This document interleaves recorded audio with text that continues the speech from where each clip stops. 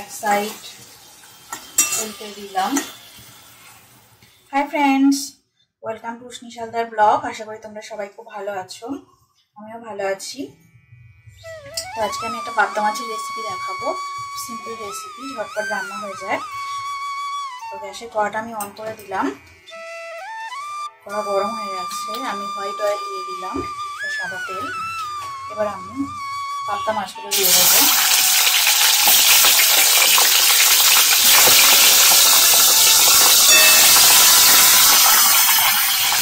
মাছের এক পিসটা ভালো হয়ে যাচ্ছে, আমি উল্টে দেবো মাছগুলো। উল্টে দিলাম। মাছ ভাজা হয়ে যাচ্ছে, আমি এবার পাঁচটা মাছগুলো তুলে নেবো। তেলের মধ্যে আমি কালো জিরা ফোড়ন দিয়ে দিলাম। গোটা শুকনো লঙ্কা দিয়ে দিলাম। এই রেসিপিটা একদম অন্যরকম, তোমরা ট্রাই করে দেখতে পারো। খুব সুস্বাদু হবে, গরম ভাতে দারুণ লাগবে খেতে। আর সেখানে পেঁয়াজ দিয়ে দিলাম। এটা দুটো মিডিয়াম সাইজের পেঁয়াজ টুকরো করে কাটা। এবার আমি স্বাদ মতো নুন দিয়ে দিলাম, পরিমাণ মতো হলুদ গুঁড়ো দিয়ে দিলাম।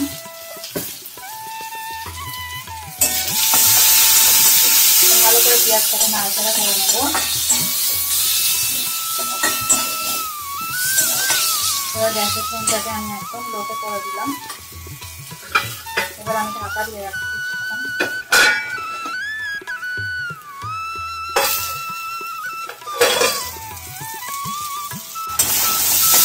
ঢাকাটা খুলে নিলাম। পেঁয়াজটা লাল লাল করে ভাজা হয়ে যাচ্ছে। এবার আমি সামান্য জিরে বাটা দিয়ে দিলাম, একটু আদা রসুন বাটা দিয়ে দিলাম। 1 টিস্পুন করে আদা রসুন বাটা আর জিরে বাটা দিলাম। এবার মশলাগুলো ভালো করে মিশিয়ে নেব।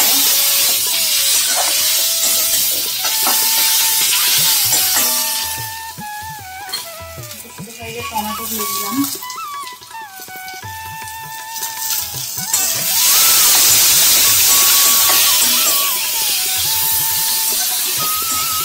নাড়াচাড়া করে ভালো করে কষা কষা হয়ে যাবে। আমি একটু জল দিয়ে দেবো।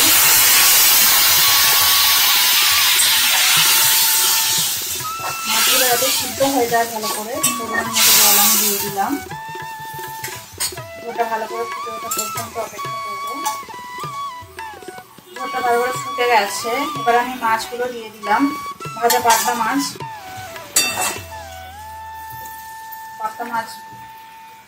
ভাজা আমি ঝোলের মধ্যে দিয়ে দিলাম।